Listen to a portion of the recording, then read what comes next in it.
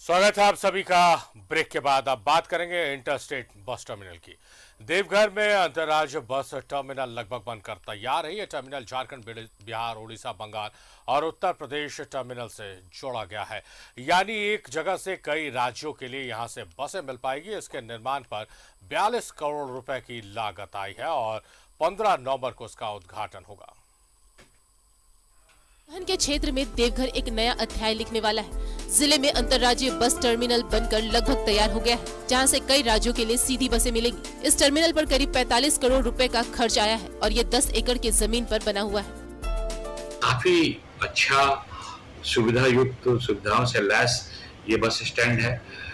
9 बस जो हैं वो रेडी टू फ्लाई मोड में, स्टार्ट मोड में रहेंगे। उनके लिए पार्किंग की व्यवस्था है। इसके अतिरिक्त 50 से भी ज्यादा बड़े बड़े वाहनों के पार्किंग की व्यवस्था वहाँ सेल्फ है। 85 से ज्यादा वहाँ पर दुकान है। एक्सकलेटर की व्यवस्था है, पर्याप्त मात्रा में टॉयलेट की व्यवस्था है, डोरमेट्री की व्यवस्था है, इवन फूड कोर्ट की व्यवस्था भी वहाँ पर है। यात्रियों के को टेम्पोररी रूप से ठहरने की भी व्यवस्था है। इस टर्मिनल के शुरू होने के बाद प्राइवेट बस स्टैंड को भी इसमें शिफ्ट कर दिया जाएगा। प्राइवेट बस स्टैंड शहर के बीचों बीच बना हुआ है और यहाँ से बंगाल और बिहार के लिए बसें मिलती हैं। देवघर के लिए बहुत बड़ी बात है जो अंतर्राज्यीय बस स्टैंड यहाँ जो होने जा रहा है। इससे क्या होगा कि जो उड़ीसा है, बिहार है, उत्तर प्रदेश है, जो भी श्रद्धालु पर्यटक ये लोग भी आएंगे और वो वहां से जो बस स्टैंड से मंदिर की दूरी मात्र 3 किलोमीटर की है। इससे क्या होगा कि जो पर्यटक भी काफी संख्या में देवघर आएंगे और श्रद्धालु लोग भी आएंगे और ये देवघर के लिए बहुत बड़ी बात है। अंतर्राज्यीय बस टर्मिनल से देवघर को एक नया आयाम मिलेगा। इससे जिले में पर्यटकों की संख्या बढ़ेगी और उन्हें आने जाने में सहूलियत होगी। 15 नवंबर को मुख्यमंत्री इसका उद्घाटन करेंगे। न्यूज़ 11 भारत के लिए देवघर से दीप नारायण की रिपोर्ट।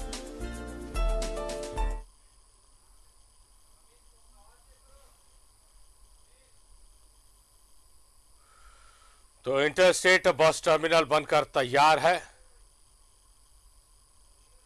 और सबसे अच्छी बात है कि इसके बनने के बाद तमाम जो दूसरे राज्य हैं, जो पड़ोसी राज्य हैं, उससे झारखंड का संपर्क, खासकर देवघर और संताल का संपर्क बहुत ही आसान हो जाएगा।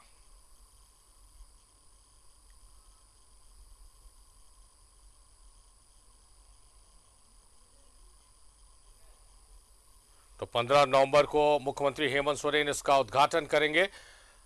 इंटरस्टेट बस टर्मिनल बनकर पूरी तरह से तैयार है। 42 करोड़ की लागत से यह टर्मिनल बना है।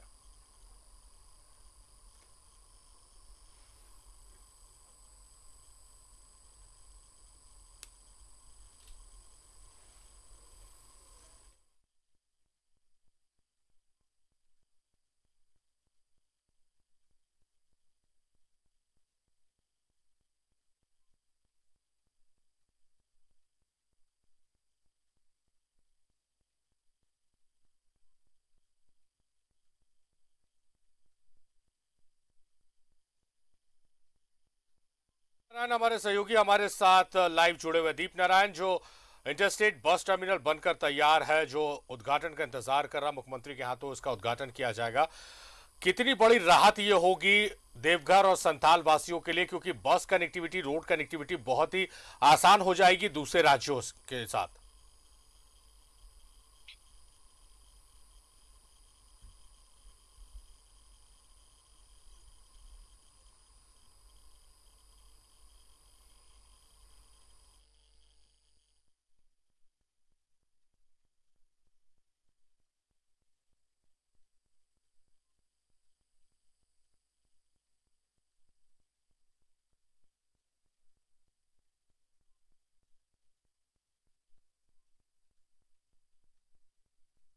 कर तैयार है। मुख्यमंत्री हेमंत सोरेन इसका उद्घाटन करेंगे। 15 नवंबर को इसका उद्घाटन किया जाएगा।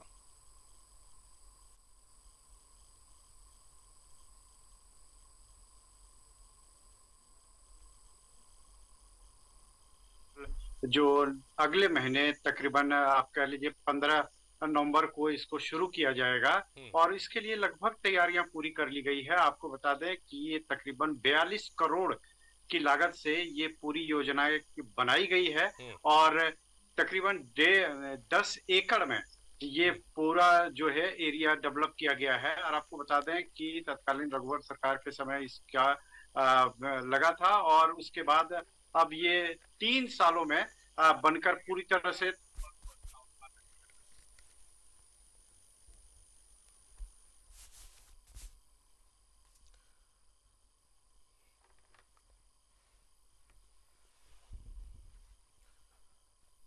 तो इंटरस्टेट बस टर्मिनल के लागत कितने इलाके में बना, कितने एरिया कवर किया और क्या कुछ उसमें फायदा पहुंचेगा देवघर वासियों को, इसकी तमाम जानकारियों के साथ दीप नारायण हमारे सहयोगी हमारे साथ जुड़े हुए थे, लेकिन संपर्क उनसे टूट गया है।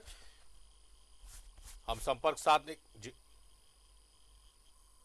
अब देवघर की कनेक्टिविटी बंगाल से कह लें, कलकत्ता से कह लें, आपको बेंगलुरु से कह लें और दिल्ली से, इनसे जुड़ चुकी है।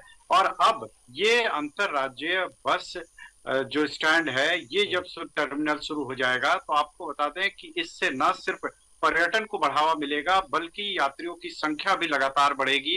और सबसे बड़ी बात है कि निगम की देखरेख में ये चलेगा, क्योंकि ये निगम के क्षेत्र में आता है। बाघमारा राज्य स्तरीय बस टर्मिनल इसका नाम दिया गया है। 15 नवंबर को इसकी शुरुआत होगी और आपको बता दें कि 10 एकड़ में ये फैला हुआ है और इसमें नगर निगम के जो सीईओ हैं शैलेंद्र कुमार लाल, वो बताते हैं कि तकरीबन जो इसमें 9 बसें रेडी टू गो की स्थिति में होगी। यानी 9 बसें आप जब भी जाएंगे, 9 बसें अलग अलग क्षेत्रों के लिए रेडी टू गो में होंगी। और उसके बाद इसमें तकरीबन 85 दुकानें और फूड कोर्ट की व्यवस्था की गई है, एस्केलेटर की व्यवस्था की गई है, पेयजल की व्यवस्था की गई है और शौचालय की तमाम व्यवस्थाएं की गई है।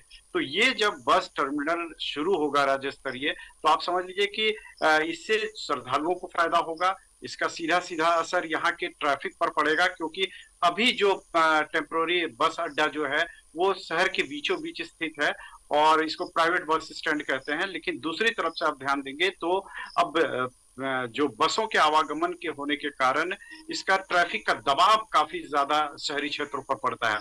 तो जब ये इंटर स्टेट बस टर्मिनल शुरू हो जाएगा तो शहर पर जो भारी वाहनों का जो दबाव था वो कम हो जाएगा। दूसरी ओर आपको बता दें कि देवघर बाबा मंदिर से इसकी दूरी महज 3 किलोमीटर है। तो ऐसे में शहर के करीब भी और शहर से थोड़ा सा दूर भी, ये दोनों ही ज्योग्राफिकल एरिया के लिहाज से देखें तो काफी बढ़िया जान पड़ता है इसको। और चूंकि यहाँ पर ये जो बस टर्मिनल है इंटर स्टेट, ये झारखंड का सबसे बड़ा और भव्य बस टर्मिनल है, जो कि बाबा नगरी के जो ट्रैफिक व्यवस्थाएं हैं, श्रद्धालुओं के आगमन की जो स्थिति है और यहाँ के भव्यता को जो है उसको 4 चांद जरूर लगाएगा। ट्रैफिक के दबाव को कम पड़ेगा और पर्यटकों की संख्या ये लगातार बढ़ने देगी, क्योंकि जो इसके पहले झारखंड के विभिन्न कोनों और बिहार और बंगाल के लिए कुछ बसें जरूर यहाँ से खुलती थी, लेकिन अब यहाँ से सीधे यूपी, झारखंड, बिहार, बंगाल, उड़ीसा, इन क्षेत्रों के लिए भी बसें शुरू की जाएगी। और चूंकि रेडी टू गो की स्थिति में ये रहेगी, तो ऐसे में जो श्रद्धालु आएंगे या जो पर्यटक आएंगे और उन्हें जाना हो, रात्रि का समय आ गया हो, ऐसे में अब वो यहाँ का वेटिंग हॉल की व्यवस्था की गई है, वहां पर आके वेटिंग कर सकते हैं। और यहाँ तमाम वो सुविधाएं दी गई है जो एक इंटर स्टेट बस टर्मिनल के लिए चाहिए। तो ये काफी महत्वाकांक्षी योजना थी और संभावना ये जताई जा रही है, जैसा नगर आयुक्त शैलेंद्र कुमार लाल कह रहे हैं कि 15 नवंबर को संभवतः मुख्यमंत्री इसका उद्घाटन कर सकते हैं। कुछ देर परसों ही गोड्डा सांसद निशिकांत दुबे ने भी इस टर्मिनल को देखा था और उन्होंने भी आशा जताई है कि नेक्स्ट मंथ जो है ये पूरी तरह से शुरू हो जाएगा। तो जब ये अंतर्राष्ट्रीय बस स्टैंड शुरू हो जाएगा तो आप समझ लीजिए कि देवघर की कनेक्टिविटी जो सड़क मार्ग से थोड़ी कमजोर थी, क्योंकि रेल मार्ग की स्थिति काफी अच्छी है कनेक्टिविटी के लिहाज से देवघर में, अब हवाई मार्ग से भी जुड़ चुका है और अब सड़क मार्ग से जो एक बेहतर सुविधा देने की बात चल रही थी, इस बस टर्मिनल पर सबकी निगाहें लगी हुई थी। तो आप ऐसे में आप आशा लगा सकते हैं कि जो श्रद्धालु आएंगे इस बार श्रावणी मेले में, या यहाँ चूंकि अब सालों भर बाबा के दर्शन के लिए लोग आते हैं, तो सब मिलाकर आप श्रद्धालुओं के लिहाज से, पर्यटकों के लिहाज से और यहाँ के व्यावसायिक दृष्टिकोण से लिहाज से, इन तीनों लिहाज से देवघर एक नया अध्याय लिखने जा रहा है। और संभवतः आप कह लीजिए कि 15 नवंबर के बाद ये टर्मिनल शुरू हो जाएगा और सीईओ का कहना था कि इसके बाद लगातार बसों की संख्या भी बढ़ाई जाएगी। हालांकि इसमें एक छोटा सा पेच ये भी है कि जहां पर वर्षों से बस स्टैंड चल रहा था वो स्वेच्छा से वहां पर जाएंगे या नहीं जाएंगे, लेकिन जो जिस तरह की राज्य स्तरीय सुविधाएं वहां पर दी गई है तो इसमें भी कहीं से कोई अड़चन नहीं आने वाली है। लेकिन चूंकि ये शहर से 3 किलोमीटर दूर है तो पर्यटकों के लिहाज से ये सही है, लेकिन जो स्थानीय लोग ट्रैवल करते हैं उनके लिए ये सहूलियत पुराना बस स्टैंड था। लेकिन जिस स्तर का ये बनाया गया है, 10 एकड़ में ये फैला है और तकरीबन 42 करोड़ की लागत से इसको बनाया गया है और तमाम सुविधाएं हैं, लग्जरी बसें लगेगी यहाँ पर, तो यहाँ के लोगों को भी फायदा होगा। और तमाम लोग अब इंतजार कर रहे हैं कि ज्यादा से ज्यादा कम से कम समय में इसका उद्घाटन हो जाए ताकि इसकी सुविधाएं सबको मिलनी शुरू हो जाए। जाहिर तौर पर उद्घाटन का इंतजार है और इससे कनेक्टिविटी, रोड कनेक्टिविटी जो है उसमें फायदा मिलेगा देवघर वासियों को और संताल वासियों को। बहुत शुक्रिया आपका दीप नारायण तमाम जानकारियों के लिए।